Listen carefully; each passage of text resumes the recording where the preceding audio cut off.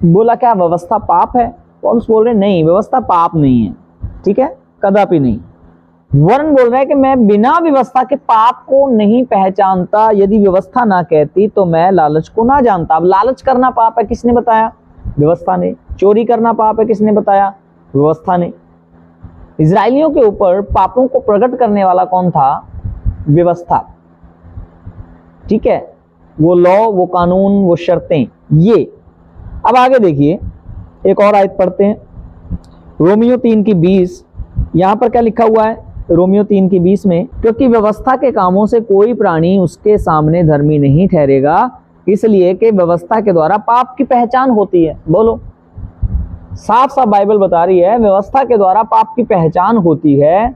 व्यवस्था के द्वारा मैं पाप को ना जानता, व्यवस्था के द्वारा पापों की अभिलाषाएं मृत्यु का फल उत्पन्न करने के लिए आती थी मनुष्य के ऊपर, यहूदियों के ऊपर। और पढ़ेंगे गलातियों 3:22, परंतु पवित्र शास्त्र ने सबको पाप के अधीन कर दिया, ताकि वह प्रतिज्ञा जिसका आधार यीशु मसीह पर विश्वास करना है, विश्वास करने वालों के लिए पूरी हो जाए। किसने सबको पाप के अधीन किया? शैतान ने। सबको पाप के अधीन किसने किया? लिखा है पवित्र शास्त्र ने सबको पाप के अधीन कर दिया। अब जब यहाँ पर पवित्र शास्त्र शब्द आया तो इसका मतलब बाइबल, पूरा बाइबल नहीं है, सिर्फ पुराना नियम, या फिर आप बोल सकते हैं पंचग्रंथ, जिसमें कानून और शर्तें थी। यहूदीज़म या यहूदी संस्कृति के अनुसार पवित्र शास्त्र बाइबल को नहीं, पवित्र शास्त्र पंचग्रंथ को कहा गया है, क्योंकि यहूदी उसे मानते थे, बहुत उत्तम मानते हैं आज भी। लॉ को, कानून को, मूसा की व्यवस्था को, उसी को पवित्र शास्त्र बोला गया। अगर यहूदियों को जाकर आप बोलेंगे बाइबल पवित्र है, तो वो पूरी बाइबल को पवित्र नहीं मानते हैं, वो सिर्फ पुराने नियम को, पंचग्रंथ को, पेंटाटुक को ही पवित्र मानते हैं। समझे? ठीक है, और बाइबल पढ़ेंगे और आयत पढ़ते हैं। किसने सबको पाप के अधीन कर दिया? पवित्र शास्त्र, यानी कि व्यवस्था ने।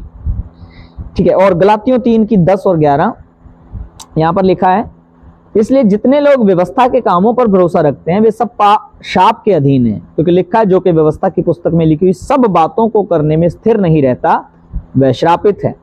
ये बात प्रकट है कि व्यवस्था के द्वारा परमेश्वर के यहाँ कोई धर्मी नहीं ठहरता, क्योंकि धर्मी जन विश्वास से जीवित रहेगा, पर व्यवस्था का विश्वास से कोई संबंध नहीं।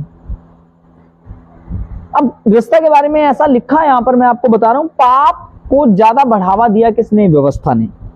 ठीक है, अब आगे थोड़ा सा और चीजों को देख लेंगे हम। ठीक है, और चीजों को देख लेंगे। गलातियों उसका 5 अध्याय उसका 1 वचन से मैं आपके साथ साझा करना चाहता हूं। अभी क्या हुआ, जब गलातियों 4 अध्याय को आप पढ़ते हैं तो गलातियों 4 अध्याय में आपको एक उदाहरण मिलता है जो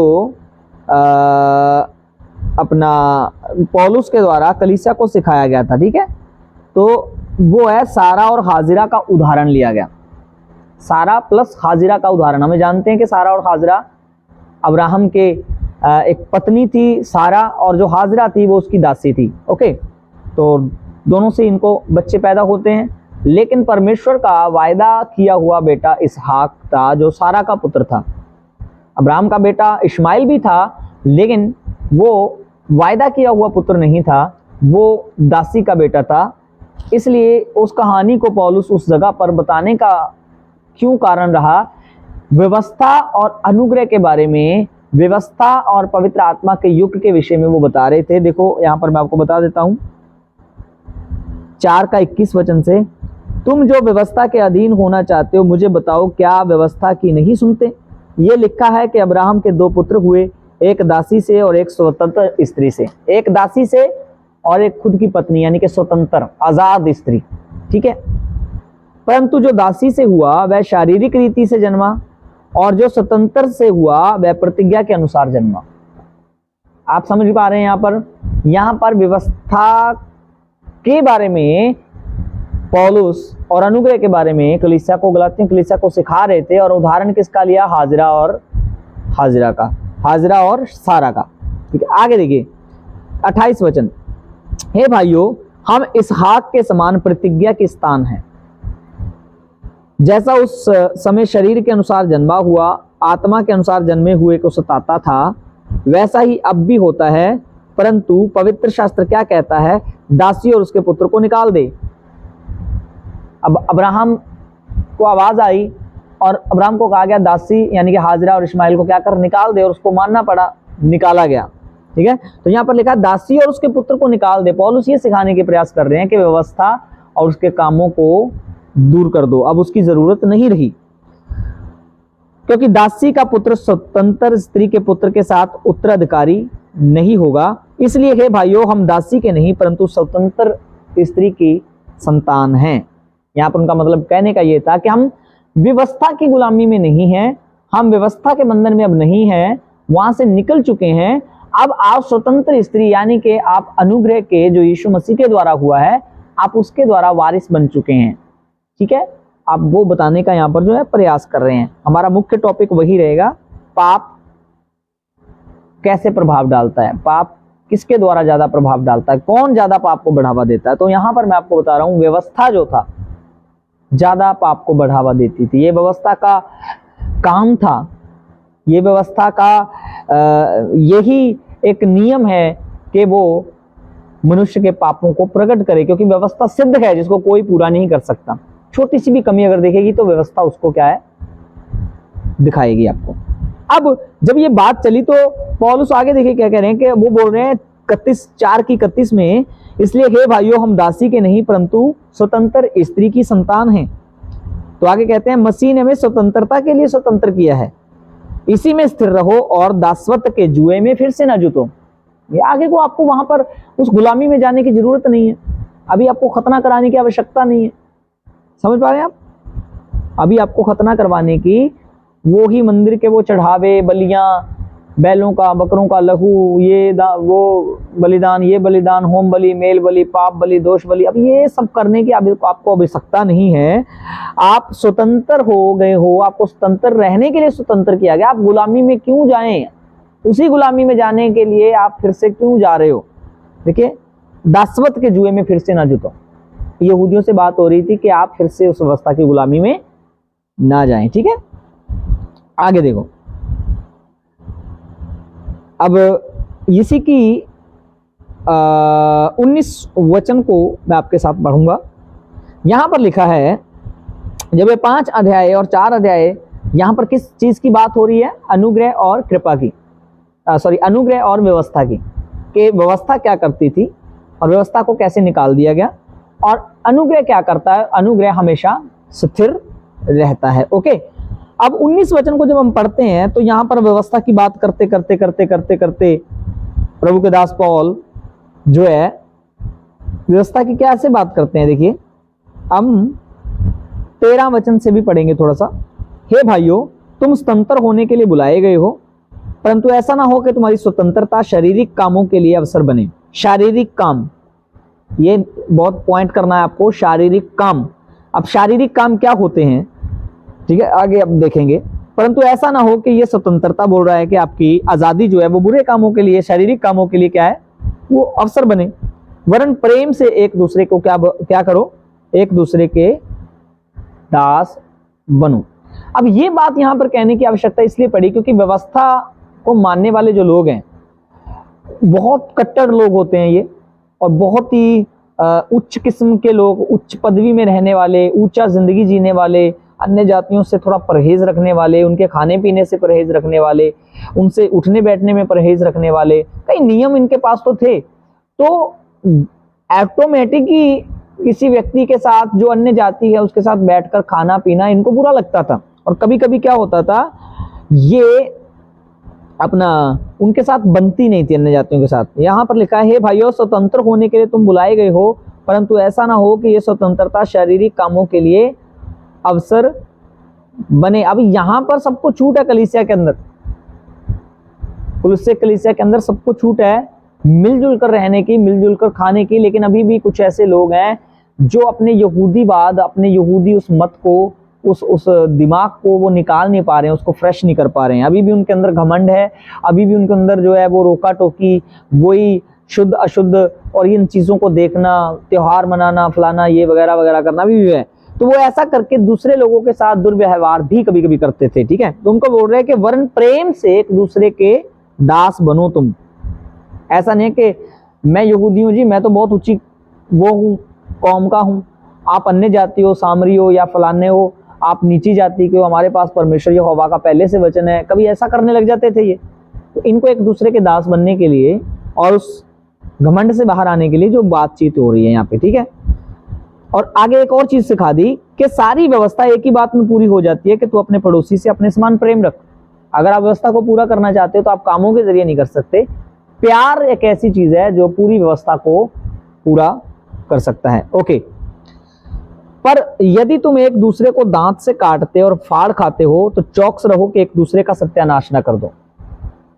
अब क्या एक दूसरे को काटना, एक दूसरे को फाड़ने का जो मतलब यही था कि यहूदी जो लोग थे वो इस बात को भली भांति जानते थे कि जैसा हम जिसको श्राप देंगे उसको श्राप लगेगा, जिसको आशीष देंगे उसको आशीष लगेगी। जैसे कि अब्राहम के वंश के विषय में बोला गया है उत्पत्ति 12 अध्याय में।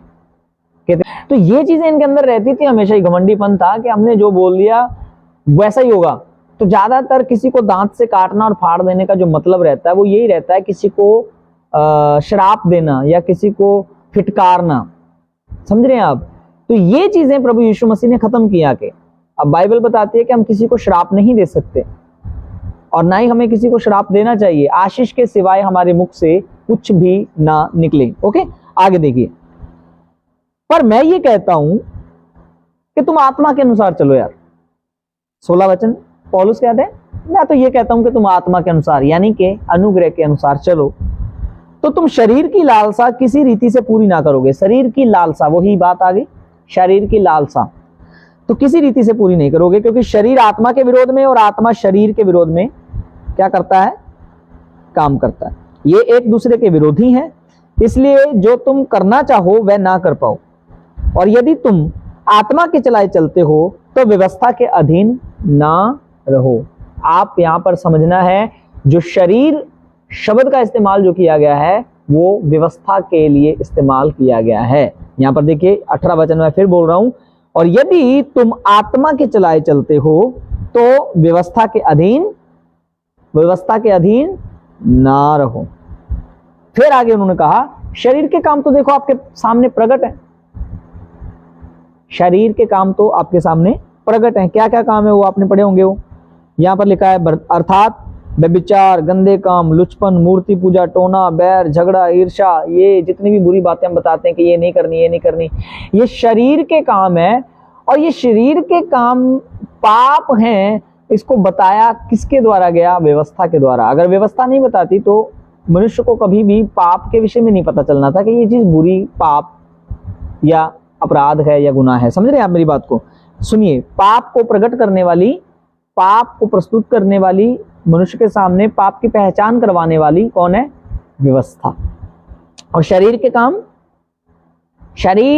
काम मतलब चोरी करना पाप है, ये शरीर ने नहीं बताया, ये मुझे व्यवस्था ने बताया। पौलुस ये कह रहे हैं, व्यभिचार करना पाप है, ये मुझे व्यवस्था ने बताया। समझ पा रहे हैं आप मेरी बात को। थोड़ा सा और मैं आपको आगे लेकर के चलना चाहता हूं। अब तक हमने देखा कि पाप क्या है, ठीक है। अपनी असल पहचान को ना मानना ही पाप है। और हमारी पहचान में हमें निर्बल करने वाली चीज थी व्यवस्था। जी हाँ, हमारी पहचान में आज भी हमें निर्बल करने वाला कौन है, व्यवस्था और कुछ नियम, कुछ कानून जो हम अपने जहन में बना लेते हैं कि मैं तो पापी हूं, मैं अशुद्ध हूं,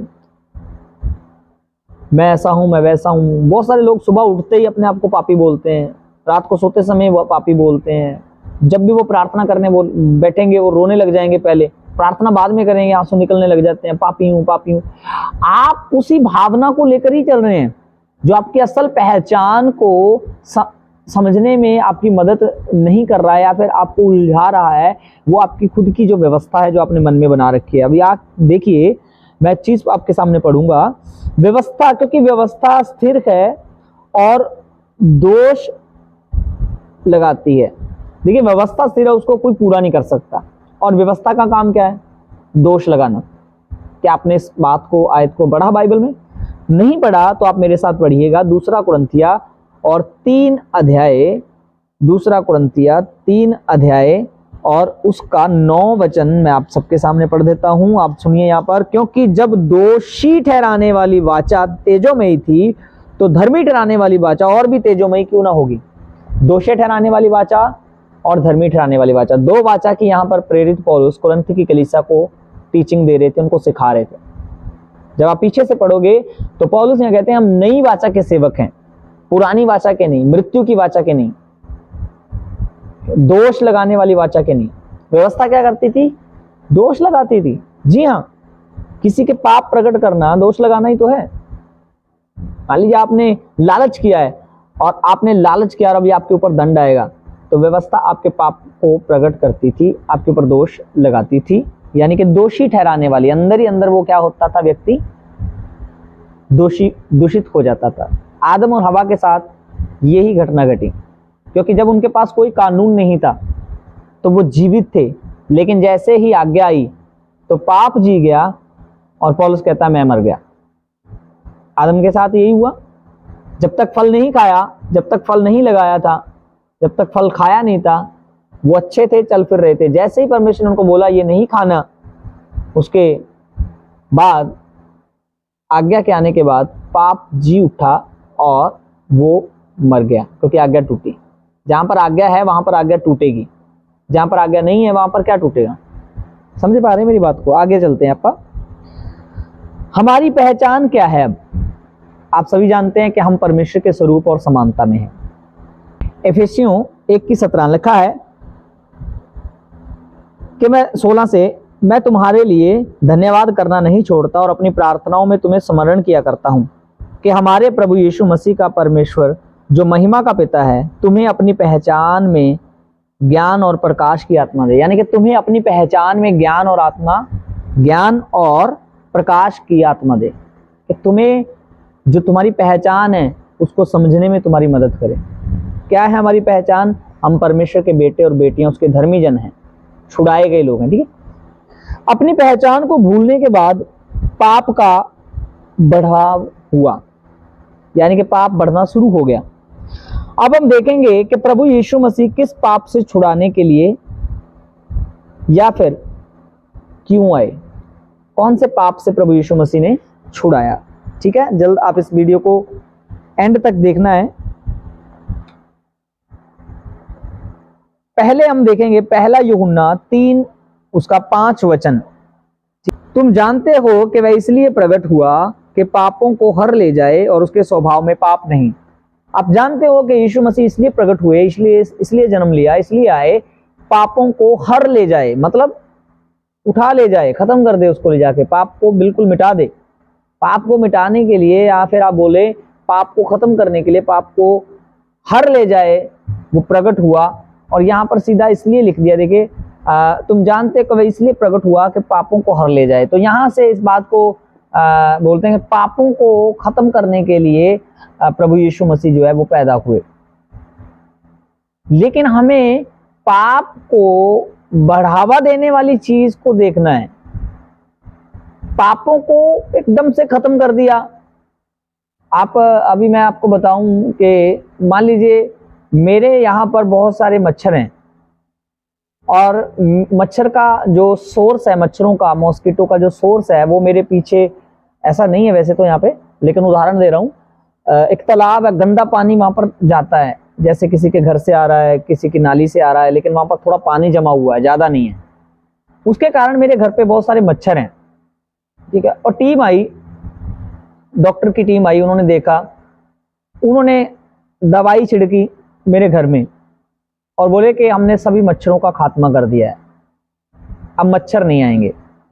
तो उनके ऐसा कहने से क्या मच्छर नहीं आएंगे? क्योंकि जो मच्छरों का पैदाइश थी या मच्छरों का जो सोर्स था जहां से मच्छर आते हैं वो खत्म करेंगे तो मच्छरों का आना बंद होगा मेरे हिसाब से। तो पानी वहां से हट जाएगा, अगर वो गंदगी वहां से हट जाएगी, है ना, या फिर वो जो मच्छरों को पैदा करने वाली जो चीज है वो हटाई जाएगी तो मच्छर आना बंद हो जाएंगे। तो अगर हम ये कहते हैं कि यीशु मसीह पाप को खत्म करने के लिए आए, तो फिर हमें ये बोलना चाहिए कहती कि पाप को खत्म करने के बाद पाप फिर से आएगा, क्योंकि पाप को पैदा करने वाली या फिर पाप को प्रकट करने वाली, अभी भी पाप को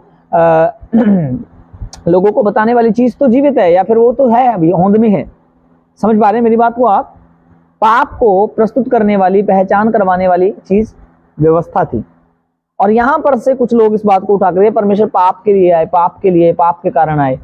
नहीं जी, पाप में इतनी सामर्थ्य नहीं है कि वो परमेश्वर को मजबूर कर दे आने के लिए। क्या धरती पर खून बहा, मार खा, खून अपना सलीब पे चढ़ और कब्र में, इतना मजबूर पाप नहीं कर सकता, और पाप की औकात भी नहीं है। समझ पा रहे हैं आप? परमेश्वर को पाप ने मजबूर नहीं किया इस दुनिया में आने के लिए। 5वां और 7वां वचन इसी का, 8वां सॉरी, जो कोई यहां पर लिखा है, परमेश्वर का पुत्र इसलिए प्रकट हुआ कि वह शैतान के कामों का नाश करे। अब बात यहां पर आती है, शैतान के कामों को नष्ट करने के लिए प्रभु आए। अब आप बोलेंगे पाप के लिए नहीं जी, शैतान को नष्ट करने के लिए आए। चलिए इस बात को भी हम देख लेते हैं। अभी शैतान के काम क्या है आपके हिसाब से, मेरे हिसाब से, जो आज तक प्रचार करते हैं आप? शैतान का काम क्या है? झूठ बुलवाना, झूठ, चोरी, निंदा, चुगली, व्यभिचार, गलत काम, ये सब शैतान के काम है। और यही गलातियों की पत्री में हमने शरीर के काम भी देखे। इन कामों को प्रकट करना काम व्यवस्था का है, ये व्यवस्था काम, ठीक है। इन्हीं को हम शैतान के कामों से भी तुलना करते हैं कि ये शैतान करवाता है। पर मैं आपको बताता हूं, शैतान आपसे बुरा काम नहीं करवा सकता। आप मसीह में हैं तो हरगिज भी नहीं। समझ रहे हैं? ये आपको बात समझनी होगी कि यहां पर देखिए, शैतान के कामों को नष्ट करने के लिए, यहां पर बहुत वचन है, यानी कि यहां पर भी प्लूरल है कि बहुत से हैं शैतान के काम, और उनको खत्म करने, उनको नष्ट करने के लिए प्रभु आए। शैतान के अंदर इतनी ताकत आ गई भाई, परमेश्वर को मजबूर कर दिया उसने दुनिया में आने के लिए। वाओ, ऐसा हो ही नहीं सकता। तो फिर क्यों प्रभु यीशु मसीह ने जन्म लिया? ना वो पाप के कारण आए कि पाप ने मजबूर कर दिया, ना वो शैतान के कारण आए कि शैतान ने मजबूर कर दिया। फिर क्यों आए, यही समझना है, और इसी की ओर मैं आपको लेकर जा रहा हूं। अभी तक हमने देखा पाप क्या है, अपनी पहचान को ना समझना या ना मानना, और हमारी पहचान को हमें मानने से रोकने वाली चीज है व्यवस्था, क्योंकि व्यवस्था पाप प्रकट करती है, व्यवस्था पाप की पहचान करवाती है। व्यवस्था को कोई पूरा नहीं कर सकता। जैसे ही आप छोटी सी आज्ञा में चूके, आप श्रापित हैं, यानी कि आप पापी हो जाएंगे। याकूब 2:10 में लिखा है, आपको पूरी माननी पड़ेगी बात। अगर आप एक बात के चूक जाते हैं, व्यवस्था की ऐसा है कि आप अगर एक बात में चूके तो आप 100 के 100 में चूक गए, यानी कि 613 कानून जो है वो आपको पूरे करने ही पड़ेंगे। जैसे के तैसे, वैसे ही जैसे लिखा हुआ है वो आपको पूरा करना पड़ेगा। समझ रहे हैं? अब आगे देखिए,